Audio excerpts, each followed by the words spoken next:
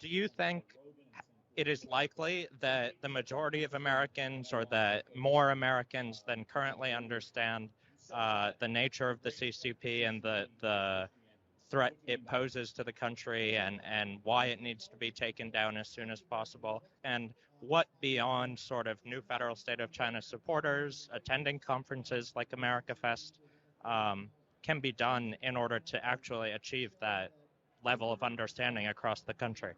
Well, last summer, there was a Pew poll that came out, and it said that 89% of people viewed China, but more precisely the Chinese Communist Party, as a threat to the United States. Your average everyday Americans really hate the Chinese Communist Party, and the number one thing they come up to me and say, and they tell me a personal story about how China has really harmed either their workplace in terms of intellectual property theft, taken their jobs.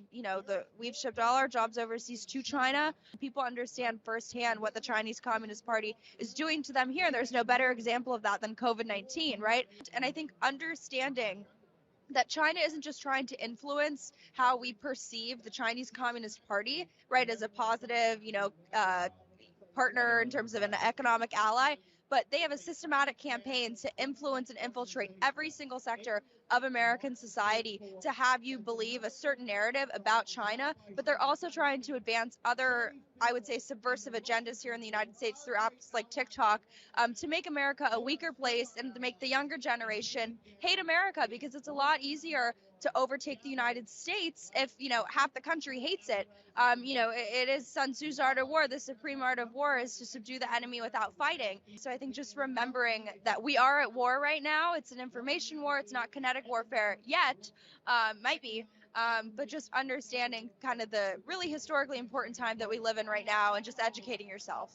Why are you at AmericaFest? What are you hoping to achieve here? I've got to meet so many wonderful people, yourself included, people who are like-minded. And I have to say, it's so inspiring to see how many people have come up to this booth.